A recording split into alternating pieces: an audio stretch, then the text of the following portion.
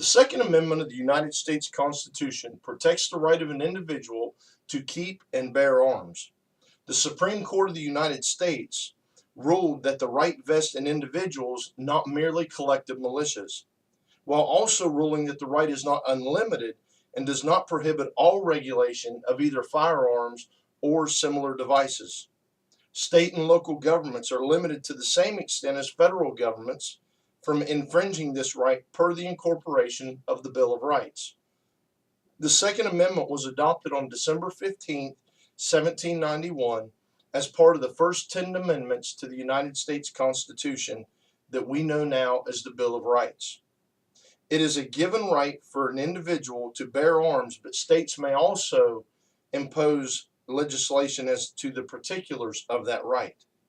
There's a great amount of controversy and sometimes what seems to be an unending amount of issue as to this Second Amendment. And especially when we look at the issue of how much a government should control that individual's right to bear arms. My question I want to narrow down just a little bit. I would like to ask you this. Do guns and God mix? Do they belong together or should they remain separate?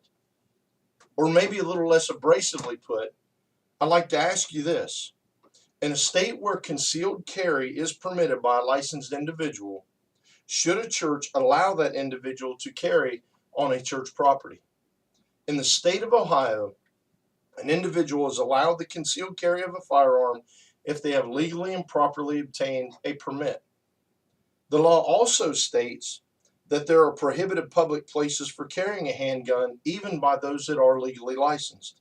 Some of those places are a sheriff's office, police station, patrol post, jail, workhouse, corrections institution, or detention facility, airport passenger terminals, state institution for treatment or training of mentally ill or disabled people, school safety zones, courthouses or buildings where courtrooms are located, churches, synagogues, or mosque, or any other place of worship, unless permitted by an authorized representative.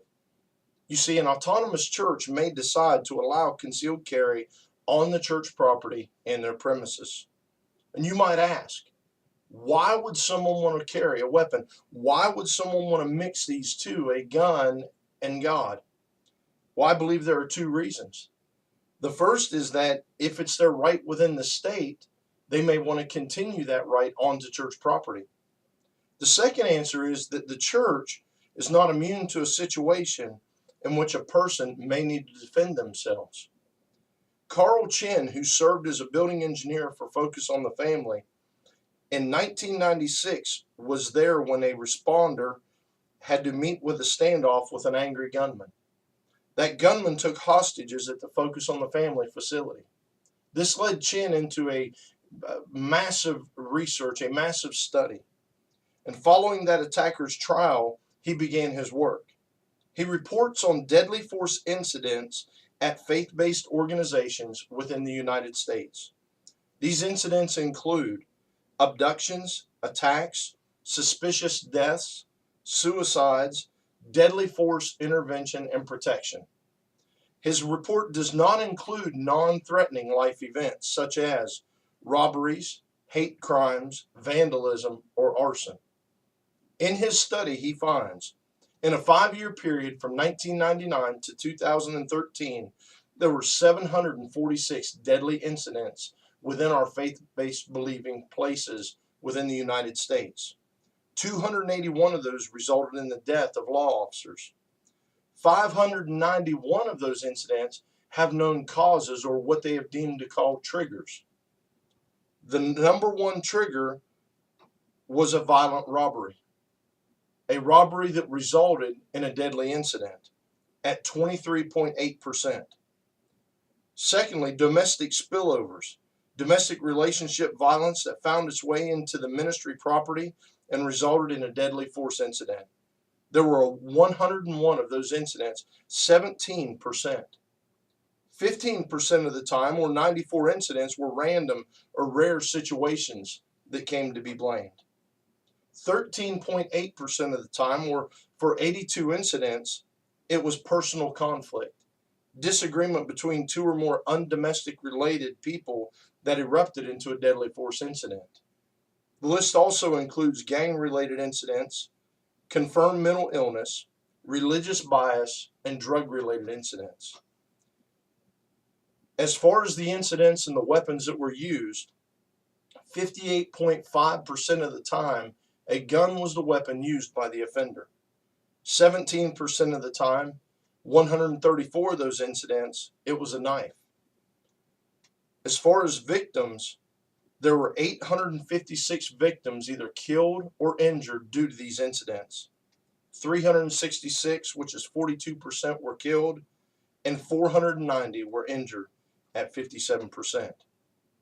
As far as where these took place within the property, 490 incidents, 66.5% of the time, these incidents occurred outside but still on ministry property or an activity location. 246 incidents, 33.4% of the time, they occurred inside the building itself. You see, the numbers are staggering, and the reality is that the church is not immune to a deadly force incident.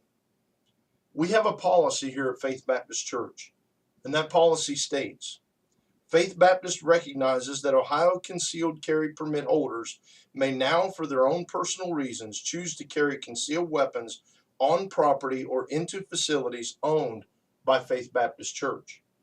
The managing officers of Faith Baptist Church, that will be the pastors, deacons, or trustees, do not in any way recognize those that choose to legally carry concealed weapons as a church security force or in any way agents of the church. Nor are those who legally carry a concealed weapon empowered by Faith Baptist Church to employ the use of any weapon on behalf of the church for any reason whatsoever. You see, we feel, and I feel, for the right and safety of an individual, their family, and even others within the congregation, when it is an option, I believe that the church should not impede, nor do we have the right to stop an individual's right to bear arms. Thank you.